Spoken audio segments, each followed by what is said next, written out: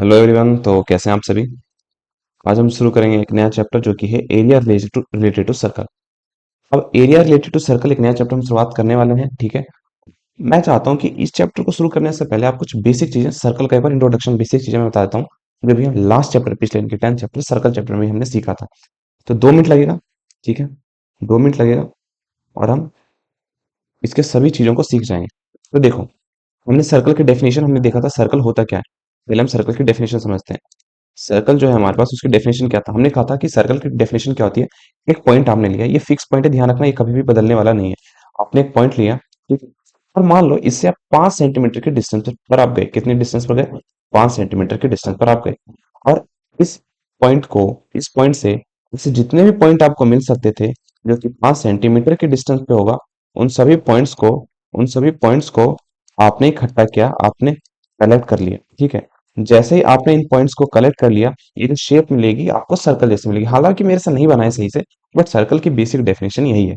क्या डेफिनेशन है? आपने एक फिक्स पॉइंट लिया, ये पॉइंट कभी बदलने वाला नहीं है। इस फिक्स पॉइंट को हम क्या बोलते हैं? सेंटर बोलते हैं। सेंटर बोलते हैं फिक्स पॉइंट को, क्या बोलते हैं? सेंटर बोलते हैं। तो सेंटर से सर्कल की जितनी भी डिस्टेंस है, फॉर एग्जाम्पल सारे जितने भी पॉइंट्स हैं यहाँ पर, ये पॉइंट ऐसे तो इनफाइनाइट पॉइंट होंगे, बट कुछ मैं बता देता हूँ। अगर आप इनसे डिस्टेंस लोगे, सेम डिस्टेंस ही होगा, 5 सेंटीमीटर ही डिस्टेंस होगा। सर्कल की बहुत बेसिक सी डेफिनेशन है। क्या? अगर आप मतलब कि अगर आपने एक सर्कल बनाया है और उसका सेंटर है यो ओ, और इससे आप कैलकुलेट करते हो डिस्टेंस, और ये डिस्टेंस मान लो 3 सेंटीमीटर निकल जाता है, 3 सेंटीमीटर लेटेजुल निकल जाता है। तो इस पे जितने भी पॉइंट्स होंगे, इस पे जितने भी पॉइंट्स होंगे, लेट इट बी, एक पॉइंट होगा, ये एक पॉइंट होगा, ये एक पॉइंट होगा, ऐसे कितने इनफाइनाइट पॉइंट्स होंगे इस पे, इस सर्कल पे। इस सभी की डिस्टेंस जो है हमारे पास तीन तीन तीन की होगी ना। तीन से अगर ज्यादा हो जाती तब इधर हो जाता, तीन से कम हो जाती तो एग्जैक्टली 3 होगा, तभी इस लाइन पर आ पाएंगे। ये सर्कल की डेफिनेशन है, ठीक है। फिर हमने क्या देखा? फिक्स पॉइंट को हम सेंटर बोलते हैं। फिक्स पॉइंट को हम क्या बोलते हैं? इसको हम सेंटर बोलते हैं। फिर हमने देखा सेंटर से सर्कल को छूने वाली लाइन, वो लाइन जो सेंटर से जाती है, सेंटर से शुरू होती है और सर्कल को टच करती है, इसको हम बोलते हैं रेडियस। इसको हम क्या बोलते हैं? रेडियस बोलते हैं, ठीक है। फिर हमने देखा क्या? एक लाइन सेगमेंट जिसके एंड पॉइंट सर्कल को 2 पॉइंट पे टच करे। मतलब पहला एक लाइन सेगमेंट ये है, तो ये होगा, ये ए और बी सर्कल को 2 पॉइंट पे टच करे, इसको हम बोलते हैं कोड। लास्ट, कोड और सीकेंट में कंफ्यूज मत होना। सीकेंट क्या होता है हमारे पास? सीकेंट एक लाइन सेगमेंट होता है। लाइन होता है सर्कल को काटते हुए एंड पॉइंट पे टच ही नहीं करता, वो आगे भी निकल जाता है। और कोड हमारे पास, कोड यहीं तक सीमित रहता है। सीकेंट कभी खत्म नहीं होता, कोड हमारे पास फाइनाइट लेंथ होता है, ठीक है। तो ये बहुत बेसिक सी डेफिनेशन और अंतर था सीकेंट और कोड के बीच में, ठीक है। उसके बाद हमने देखा था, उसके बाद हमने क्या देखा? उसके बाद हमने देखा कि वो कोड जो सर्कल को 2 पॉइंट पे टच करे और सेंटर से पास हो, उसको हम बोलते हैं डायमीटर। उसको हम क्या बोलते हैं? उसको हम बोलते हैं डायमीटर। इसको हम बोलते हैं डायमीटर, डायमीटर। और रेडियस और डायमीटर में रिलेशनशिप होता है कि डायमीटर को 2 से डिवाइड कर देते हो तो रेडियस के बराबर आ जाता है। मतलब जाहिर सी बात है, यहाँ से यहाँ तक रेडियस होता है और यहाँ से लेके यहाँ तक रेडियस होगा r+r 2r। तो डायमीटर इक्वल टू, आप ये भी लिख सकते हो, diameter equal to r+r 2r। ये भी हम कंक्लूड कर सकते हैं। दूसरा कॉन्सेप्ट आता है सरकमफ्रेंस का। दूसरा कॉन्सेप्ट आता है सरकमफ्रेंस का। तो सरकमफ्रेंस क्या था? सरकमफ्रेंस क्या था बताता हूँ अभी। मान लो, मान लो ये पॉइंट आपने लिया और एक थ्रेड ले लिया, एक बहुत सारा, बहुत लंबा, मतलब लंबा नहीं, थ्रेड लिया। और आप इस बिल्कुल आउटर शेप पर बिछाते गए, बिछाते गए, बिछाते गए, बिछाते गए, ठीक है। हालांकि मेरे से बन नहीं रहा, समझ आना। और यहाँ पर टच किया, तो ये जो थ्रेड मिला है आपके पास, ये थ्रेड कितने का लेंथ है, इसका लेंथ कितना है, इसको हम बोलते हैं सरकमफ्रेंस। इसको हम क्या बोलते हैं? सरकमफ्रेंस बोलते हैं। दूसरे शब्दों में पेरीमीटर ही है, आउटर बाउंड्री की लेंथ जो बाउंड्री है, उस बाउंड्री की टोटल लेंथ कितनी होगी, वही हमारे पास है सरकमफ्रेंस। इसको पेरीमीटर भी बोल सकते हो आप, सर्कल का पेरीमीटर, सर्कल का पेरीमीटर, ठीक है। जैसे स्क्वायर होता था, उसका पेरीमीटर क्या होता था कि आपने ये साइड लिया, ये साइड लिया, ये साइड लिया, सभी साइडों को ऐड कर दिया, आपको पता चल गया। काम क्या आता है? फॉर एग्जाम्पल मेरे पास ये प्लॉट है और इसके यहाँ पे मुझे फेंसिंग करनी है, मतलब जाले लगाने हैं, बाउंड्री करनी है। तो कितने मीटर का मुझे तार लेना पड़ेगा या वो लेना पड़ेगा, तो आपको ये पता चल जाता है कितने मीटर का लेना पड़ेगा इससे, ठीक है। तो ये होता है सरकमफ्रेंस। साथ में देखो, इतना हमने सीख लिया, बाकी चीजें। अब आते हैं, कहानी जो शुरू होती है, अब से 3,000 साल पहले हम जाते हैं। 3,000 साल पहले लोगों ने ये पता कर लिया था कि किसी भी सर्कल को अगर उसके सरकमफ्रेंस सरकमफ्रेंस सरकमफ्रेंस को डायमीटर से डिवाइड करते हैं तो हमेशा एक कांस्टेंट निकलता है। उस कांस्टेंट को हम बोलते हैं पाई। क्या बोलते हैं? पाई। और वो बदलता नहीं है, चेंज नहीं होता कभी भी। वो पाई क्या होता है? 3.145 होता है। 3.1415263283926433832784197 हाँ, लगभग अगर लास्ट के दो डिजिट यहाँ पे गड़बड़ नहीं किया तो ऑलमोस्ट सही लिखा है मैंने। तो मेरे को तो खैर मेरे को पाई बहुत पसंद था आज, और इसकी हिस्ट्री मैंने देखा था, काफी इंटरेस्टिंग था, तो मुझे काफी फैसिनेटिंग लगा था। मैंने 50 डिजिट तक याद कर लिया था। आपको याद नहीं करना तो अपना पसंद पसंद की बात होती है, ठीक है। तो देखना हमारे पास क्या है। पाई कांस्टेंट होता है, पाई कभी नहीं बदलता। आप चाहे एक मटर के दाना का सरकमफ्रेंस को डायमीटर से डिवाइड करो, ये पूरे ब्रह्मांड के सरकमफ्रेंस को उसके डायमीटर से डिवाइड करो, हमेशा आंसर यही आने वाला है, 3.1415 के आसपास ही आने वाला है। ठीक है, तो यहां से हमारे पास सरकमफ्रेंस का फॉर्मूला सीधा सीधा निकल जाता है। डायमीटर को मैं लिख सकता हूँ 2r, तो यहाँ पे हमारे पास c by 2r equal to pi, तो सरकमफ्रेंस हमारे पास आ जाता है 2 पाई। ठीक है, ये भी आप कह सकते हो। ठीक है, इतना हमने देख लिया। इसके एरिया के बारे में हम बात करेंगे, उससे पहले हम कुछ चीजों के बारे में बात कर लेते हैं। जैसे कि हमारे पास देखो, समझते हैं पहले सेक्टर क्या होता है। सेक्टर और सेगमेंट, एक मिनट, मैंने यहाँ पे बताया, अच्छा यहाँ पे लिखवाया होगा तो मेरा फेस दिखाई के कारण दिखाई नहीं दिया होगा ना आप लोगों को। चलो मैं यहाँ पे फिर से एक्सप्लेन कर देता हूँ। ठीक है, तो सरकमफ्रेंस को डायमीटर से डिवाइड कर देते हैं तो पाई के बराबर आता है, जो कि कांस्टेंट होता है। ठीक है, तो भाई सरकमफ्रेंस को सी ले लिया, डायमीटर को मैं 2r लिख ही सकता हूँ, इक्वल टू पाई के बराबर, तो सरकमफ्रेंस का सीधा सीधा फॉर्मूला आ गया 2 पाई। चलो अब देखते हैं सेक्टर। सेक्टर हमारे पास क्या होता है? सेक्टर होता है, आपने रेडियस लिया, आपने ये रेडियस लिया और ड्रॉ किया इसको, रेडियस, और ये आर्क ले लेते हैं, ए ओ बी, ए बी। जो आर्क है ना, जैसे फॉर एग्जांपल आर्क क्या होता है बताता हूँ। आर्क होता है फॉर एग्जांपल यहां से लेके यहां तक की जो ये लेंथ है ना, ए से बी तक, इसको हम बोलते हैं आर्क। आर्क को ए बी और उसके ऊपर एक ऐसे इससे डिनोट करते हैं, हल्का सा आर्क, तो समझ जाता है कि पढ़ने वाले की वो आर्क के बारे में बात हो रहा है। ठीक है, तो आर्क और ये रेडियस के अंदर जो एरिया इनक्लोज हो ना, फॉर एग्जांपल ये वाला एरिया, इसको हम बोलते हैं सेक्टर। क्या बोलते हैं? सेक्टर। तो हालांकि यहाँ पे जैसा दिखा है दो सेक्टर होंगे, एक बड़ा आर्क हो जाएगा, ये एक बड़ा आर्क हो जाएगा। तो अब देखो, तो ये वाला जो आर्क होगा, क्योंकि ये छोटा आर्क है तो इसको हम बोलेंगे माइनर आर्क, इसको हम बोलेंगे माइनर आर्क। क्योंकि ये बड़ा वाला है तो इसको हम बोलेंगे मेजर आर्क। जब तक सिर्फ आर्क, वो सॉरी सॉरी यार, क्या बोल रहा हूँ, माइनर सेक्टर। हाँ, ये वाला तो हमारे पास माइनर आर्क होगा और ये मेजर आर्क होगा। मेजर आर्क नहीं, मेजर सेक्टर, कभी कभी मैं भी खो जाता हूँ। ठीक है, जब तक बोला ना जाए, माइन जब भी सेक्टर लिखा रहेगा तो आप हमें समझना है छोटा वाला जो सेक्टर है उसी को ही लेना जाए, लेना चाहेंगे। ठीक है, चलो। दूसरा हमारे पास होता है सेगमेंट। सेगमेंट क्या होता है हमारे पास? एक सर्कल लिया आपने, जो कोड के बीच में एरिया, जब कोड सर्कल को दो भागों में डिवाइड करता है, कौन से भागों में डिवाइड करता है? एक तो ये अपर वाला भाग डिवाइड कर दिया, दूसरा डिवाइड कर दिया ये लोअर वाला भाग, तो इसको हम बोलते हैं सेगमेंट। तो जाहिर सी बात है यहाँ भी दो सेगमेंट होंगे, एक होगा माइनर सेगमेंट, ये पूरा एरिया जो यहाँ पे ये है, इसको हम बोलेंगे माइनर सेगमेंट, माइनर सेगमेंट, और इसको बोलेंगे मेजर सेगमेंट, मेजर सेगमेंट। ठीक है, चलो ये रहा। ठीक है, बस इतनी ही चीजें। अब सर्कल के एरिया पे आते हैं। सर्कल का एरिया का जो फॉर्मूला होता है हमारे पास, ये होता है पाई आर स्क्वायर। आपने कैसे समझते हैं? मान लो आपने डेरिवेशन को, मैं करवाने की कोशिश, हम समझाने की कोशिश करता हूँ फॉर्मूला। डेरिवेशन में तो हम इंटीग्रेशन यूज करेंगे, बट मैं उतना इंटीग्रेशन आपको यूज नहीं करना चाहता हूँ, 10th में हमें पढ़ना है। तो मान लेते हैं ये एक डायमीटर है, दूसरा ये एक डायमीटर है, तीसरा ये एक डायमीटर है, ठीक है, चौथा ये एक डायमीटर है। चलो ठीक है, अब मैं एक काम करूं, अगर मैं इसको 1 2 3 4 5 6 7 8, अगर मैं इन डायमीटर को ऐसे ओपन कर दूं और हर एक आर को, ये जो सेक्टर में को अगर मैं यहाँ पे इकट्ठा करूं, तो मेरे को कुछ ऐसा मिलेगा। अगर मैं इसको अरेंज करना चाहूं, ऑफ कोर्स मैं इसे ऐसे अरेंज कर ही सकता हूँ, ऐसे अरेंज कर ही सकता हूँ। ठीक है, मैं 2 मिनट रुको, मैं एनिमेशन से समझाऊंगा आपको, बट फिलहाल अभी यहाँ देख लो, ताकि फिर ना एनिमेशन समझने में और ज्यादा मजा आएगा।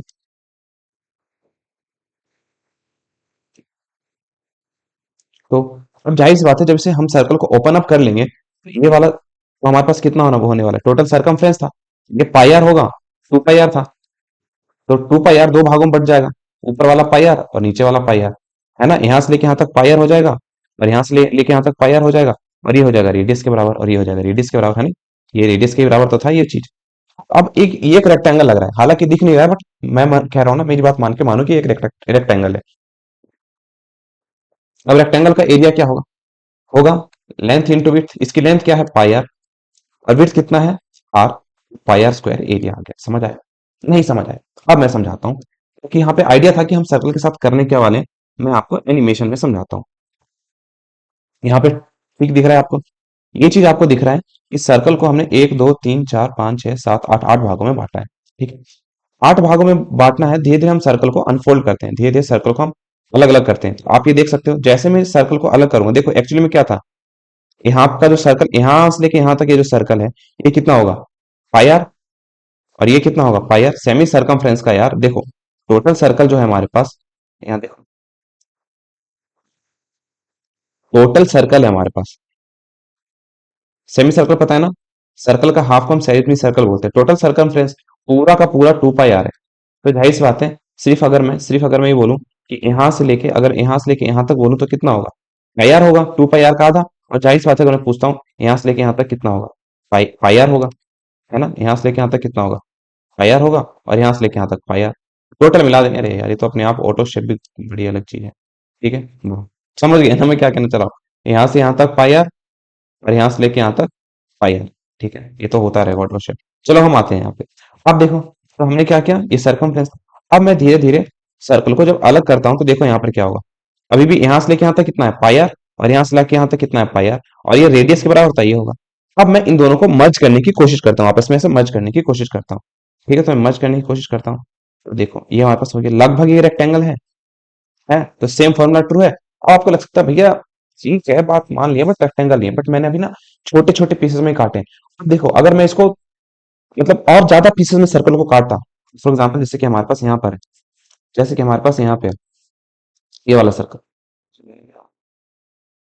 ये वाला सर्कल था, ये वाला, इसको मैं 15 20 50 60 पीसेस में काटता, तब की बात कर रहा हूं मैं, तब हमारे पास क्या था, देखो, अब मैं और इसको काटता हूँ, अब देखो धीरे धीरे और पीसेस में काटा मैंने, और पीसेस में काटा, और पीसेस में काटा, अगर मैं इसे इनफाइनाइट टाइम्स करता जाऊं तो देखो हमारे पास बिल्कुल रेक्टेंगल जैसा मिल रहा है, इसका length pi R, length into pi are square, true है ये, इसलिए ये फॉर्मूला सही है, इसलिए ये ट्रू है चीजें, ठीक है।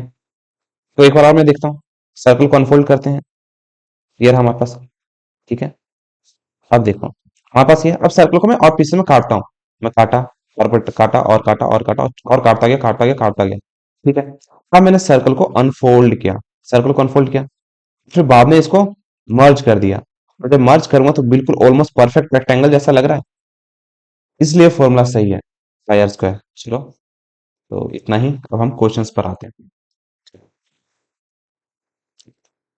हम इस पर आते हैं, तो भाई ये चीजें तो मैं आपको बता चुका हूँ, तो हमारे पास क्या होता है, मेजर सेक्टर, ठीक है, ये हमारे पास, ये इसके बीच में रेडियस और आर्क के बीच में जो एंगल बनता है उसको हम बोलते हैं सेक्टर, तो छोटा वाला छोटा सेक्टर होगा, बड़ा वाला क्या होगा, माइनस मेजर सेक्टर होगा, उसी कोड के बीच के अंदर जो एरिया बनता है उससे बोलते हैं सेगमेंट।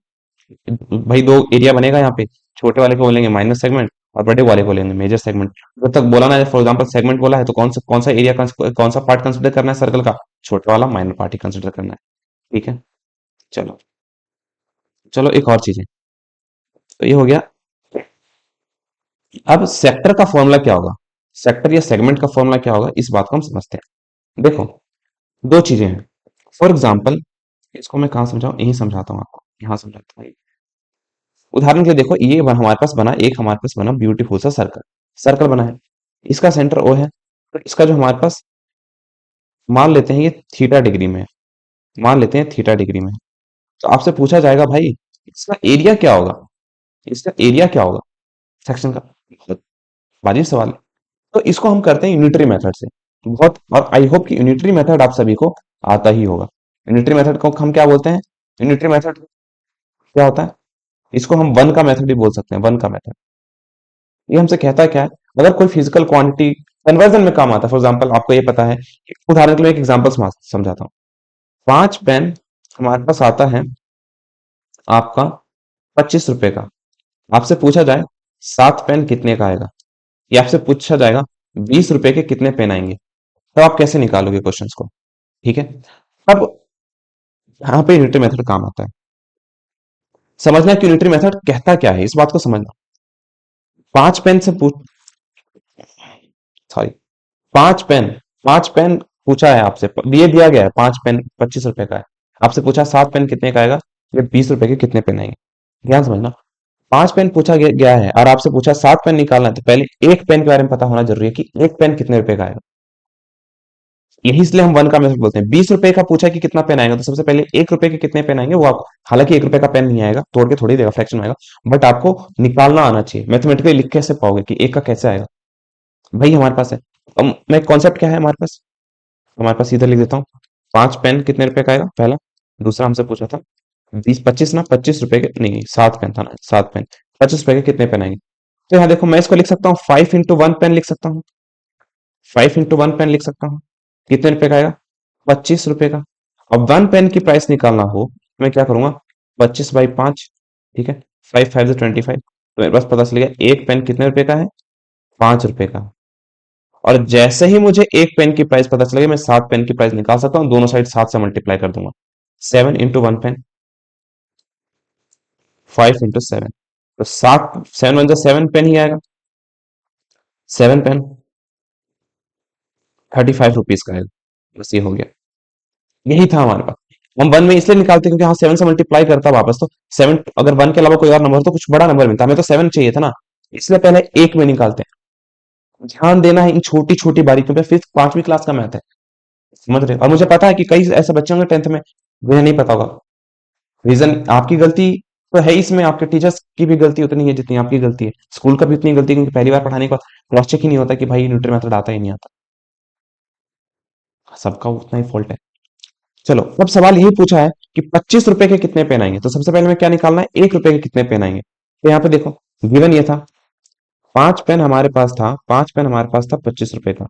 तो सबसे पहले 1 रुपए में कितना, हमें 25 रुपए में निकालना है, तो पहले 1 रुपए जो भी चीज निकालना हो आपको, जो भी चीज निकालने के लिए बोला जाए, पहले एक में देखो वो एक में कितना आएगा।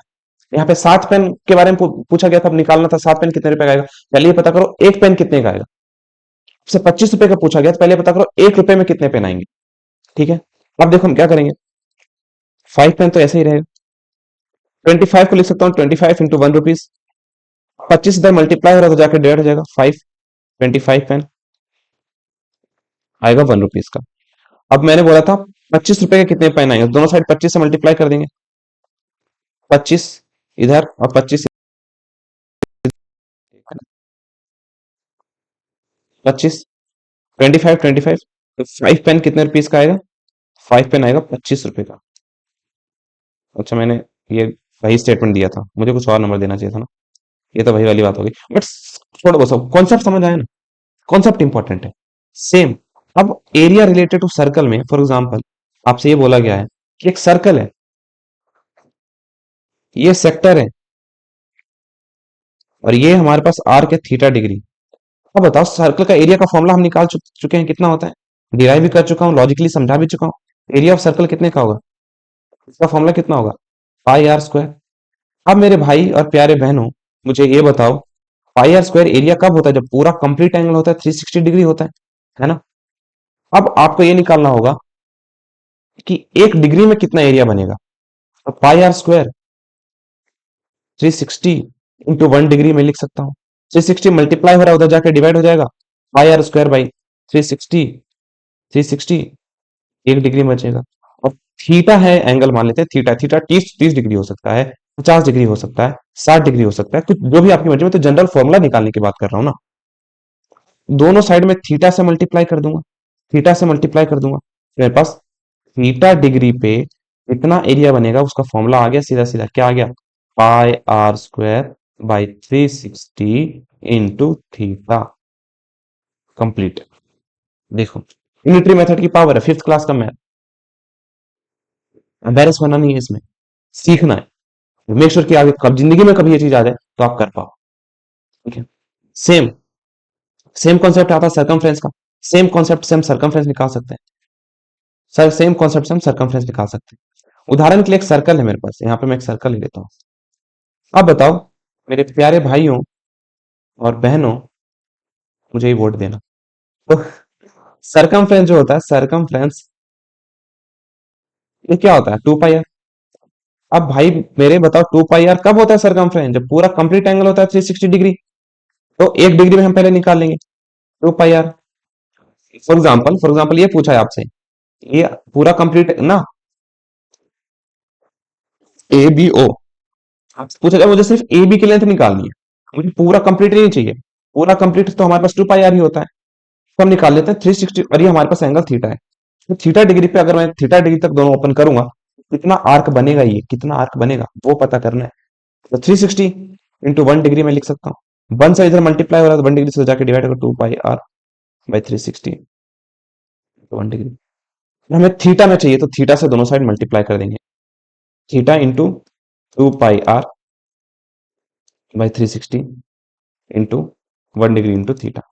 तो थीटा डिग्री में कितना आर्क बनेगा, 2 पाई आर। वैसे काटना चाहो तो आप ऐसे लिख सकते हो, कट गया हमारे पास, और 180 हमारे पास आ गया पाई आर/180 इंटू थीटा।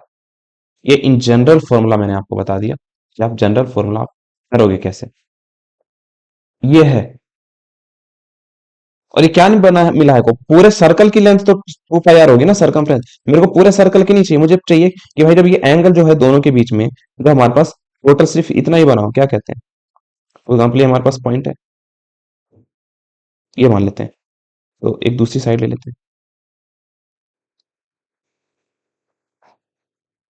अब देखो इसने बोला है कि जब एक काम करता हूँ, मैं पूरा ऐसे ऐसे घूम के आऊंगा, पूरा घूम के आ जाऊंगा, तब तक 360 डिग्री बनेगा ही। बट मैंने कहा एक काम है, पूरा नहीं घूमना, मेरे को पूरा नहीं घूमना, मैं सिर्फ ना यहाँ से यहाँ तक जाता हूँ, यहाँ से यहाँ तक जाता हूँ। भाई थीटा डिग्री बन रहा है, तब कितना एंगल बनेगा, सॉरी तब कितना आर्क बनेगा, तब इसकी लेंथ यहाँ से लेके यहाँ तक कितनी होगी। उसके लिए हम सेम यूनिटी मेथड निकालेंगे। अगर ये एंगल पता है तो आप निकाल सकते हो। 2 पाई आर कब होगा, जब पूरा 360 होगा। और थीटा डिग्री पर कितना होगा, उसके लिए हम पाई आर निकालेंगे, थीटा से मल्टीप्लाई करके 180 से डिवाइड कर देंगे। हमने डेरिवेशन देखा, और इसके पीछे का जो कॉन्सेप्ट है वो बेसिक यूनिटरी मेथड ही है, यूनिटरी मेथड ही है। ठीक है गाइस, अब हम एक्सरसाइज के क्वेश्चन कर लेते हैं। चीजें तो हो ही गई, सॉरी। चलो अब करते हैं। Find the area of A sector of a circle with radius 4 centimetre and angle 30 degree. For example एक सर्कल लिया हमने, एक हमने सर्कल लिया, इसके बीच में जो एंगल बन रहा है वो कितना बन रहा है, वो बन रहा है 30 डिग्री। 4 सेंटीमीटर हमारे पास एरिया है। Find the area of sector corresponding sector, और पाई की वैल्यू हमें 3.14 लेनी है। हमने देखा था 30 डिग्री पे कितना बन रहा है एरिया ऑफ सेक्टर। सेक्टर का एरिया हमने कैसे निकाला था, फॉर्मूला से हमने निकाला था पाई r² / 360 इंटू थीटा। पाई को 3.14 लेना है, इंटू 4 × 4 डिवाइड बाई 360, और ये हमारे पास कितना है 30 डिग्री। जीरो से जीरो कट गया हमारे पास, ये हम काट सकते हैं। 4 × 1 जो 4, 4 × 9 जो 36, ये कट गया हमारे पास। 3 × 1 जो 3, 3 3 9, ये कट गया हमारे पास। फाइनल आंसर हमारे पास कितना आ गया, 3.14 डिवाइडेड बाई 3। तो 3.14 है, इसको मैं 4 से मल्टीप्लाई कर देता हूँ। 4 4 जा 16, 5 12। तो आप सोचो ही, आप डेसिमल कंफ्यूज करता ना, सोचो ही, डेसिमल को हटा दो, जो भी आंसर है। यहाँ पे कितने अंक बाद डेसिमल था, 2 अंक बाद, यहाँ पे तो 4 ही, 1 अंक बाद भी नहीं है। तो फाइनल आंसर में 2 अंक बाद डेसिमल लगा दो, तो 12.56 डिवाइडेड बाई 3, ये हमारे पास है। चलो वो हम क्या करते हैं, वन इसको डिवाइड कर देते हैं। वही डिवाइड करने के टाइम भी यही सोचना है, डेसिमल है ही नहीं, सोचो। 3 से डिवाइड करते हैं, 3 से डिवाइड करते हैं। 4 जा 12, 0, 5 3 2 6। तो हमारे पास कितना आ जाएगा, एक मिनट हमारे पास आ जाएगा, हाँ 3 8 जा 24, 8 जा 24, फिर 2। अब देखो हमारे पास, क्योंकि हमने जब किया था 12 के वहां पे डेसिमल था हमारे पास, तो फाइनली वही है, 12 यहाँ से खत्म हुआ तो यहाँ पे लगो 4.18 हमारे पास आंसर आ जाएगा। 2 अंक तक हम रखते हैं, फाइनली ज्यादा कुछ करने की जरूरत नहीं है। तो हमारे पास इसका सेक्टर का जो एरिया आएगा, इस सेक्टर का जो एरिया आएगा लगभग आएगा 4.18 और यूनिट ध्यान देना, यूनिट क्या है हमारे पास, सेंटीमीटर, तो आंसर आएगा सेंटीमीटर स्क्वायर। ठीक है, अगर ये पूर्ण रूप से डिवाइड हो जाता, फॉर एग्जाम्पल, तो एग्जाम्पल उदाहरण के लिए बता रहा हूँ, 53 आता, 63 आता, 66 आता आंसर, रिलेटेड भी डिवाइड करके 66 आता, तब डेसिमल कितने, दो अंक बाद लगता, एक दो अंक बाद डेसिमल लग गया। अब यहाँ पे हमने देखा कि 12.56, 12 तो यहीं पे खत्म हो जाता ना यहाँ पे, तो उसके बाद तो डेसिमल लगना ही, क्योंकि बाद में हमने नंबर को नीचे उतारा है। ठीक है, बढ़ते नेक्स्ट क्वेश्चन की तरफ। अब देखो, find the area of A segment, segment का एरिया हमें निकालना है। सेगमेंट का एरिया निकालना उतना आसान नहीं होता, थोड़ा कुछ इनडायरेक्ट मेथड यूज करने पड़ते हैं। इधर देखो, बट कोई नहीं, हम सब करेंगे हम। ठीक है, इस वाले सेगमेंट का एरिया निकालना है, एंगल आपको दे रखा है। अब बताओ, पहले हम क्या करते हैं, सेक्टर का एरिया निकाल लेते हैं, सेक्टर का एरिया निकाल लेते हैं और ट्राइंगल का एरिया निकाल लेते हैं। मैं कॉन्सेप्ट बताता हूँ, पहले दो काम करते हैं, सेक्टर का एरिया निकाल लेते हैं। तो area of sector,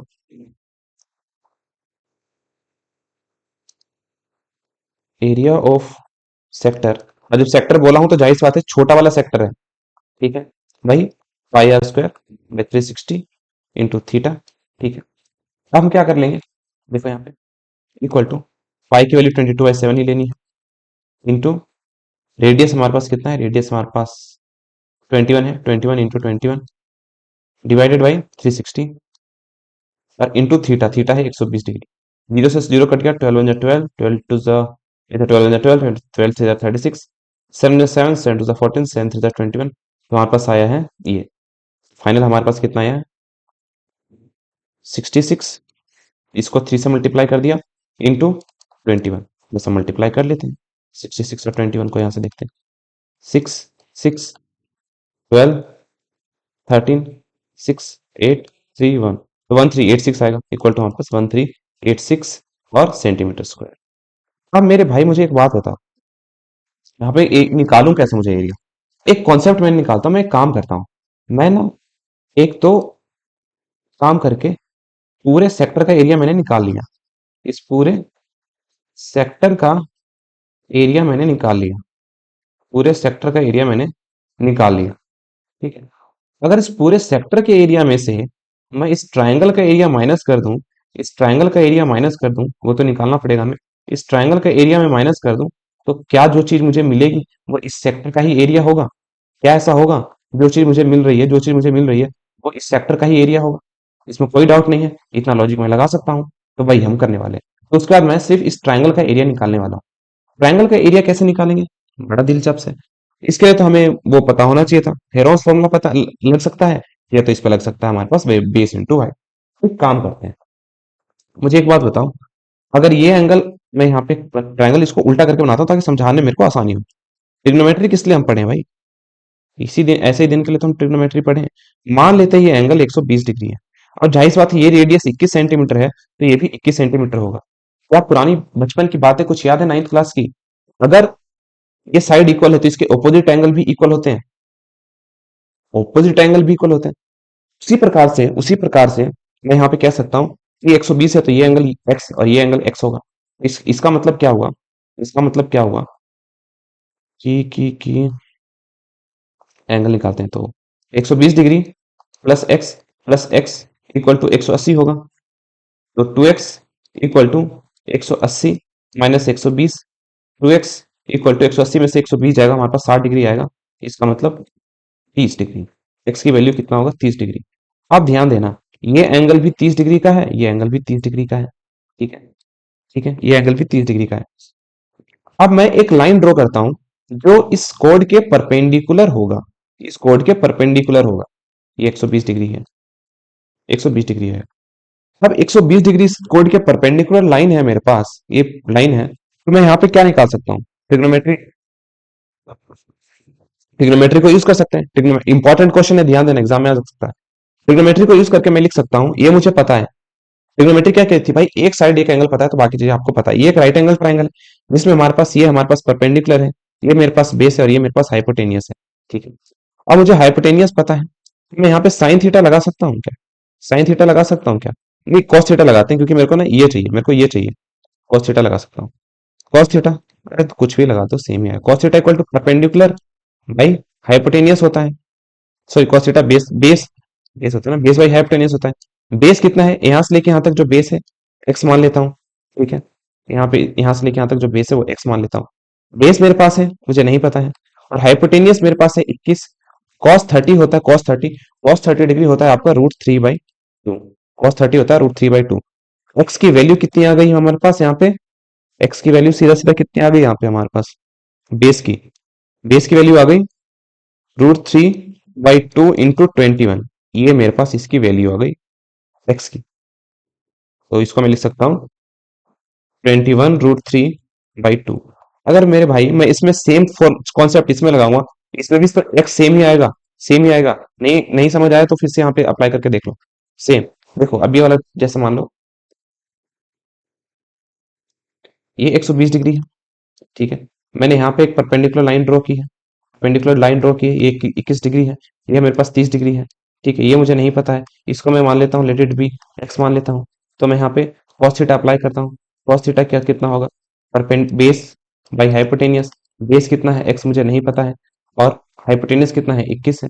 cos 30 degree यहाँ से हम ले रहे हैं, 30 के लिए बेस तो ये होगा और हाइपोटेनियस ये होगा। तो cos 30 कितना होता है? √3/2।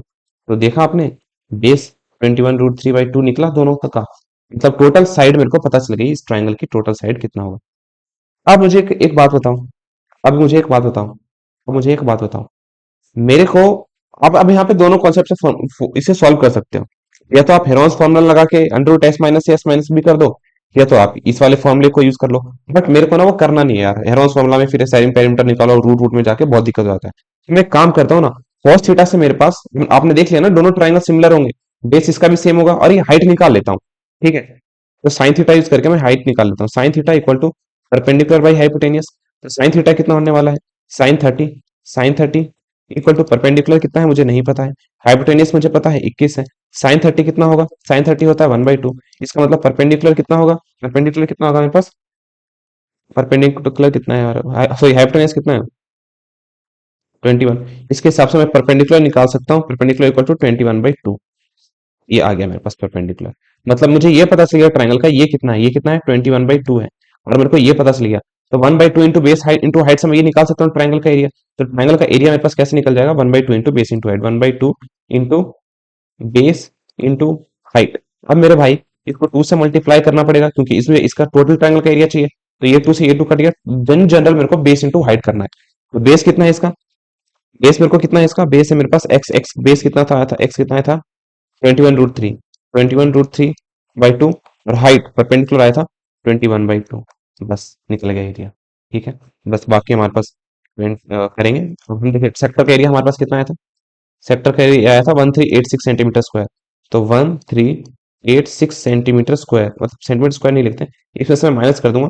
21 इंटू 21 का स्क्वायर होता है 441। एक बार फिर मैं क्रॉस चेक कर लेता हूँ, क्रॉस चेक कर लेता हूँ।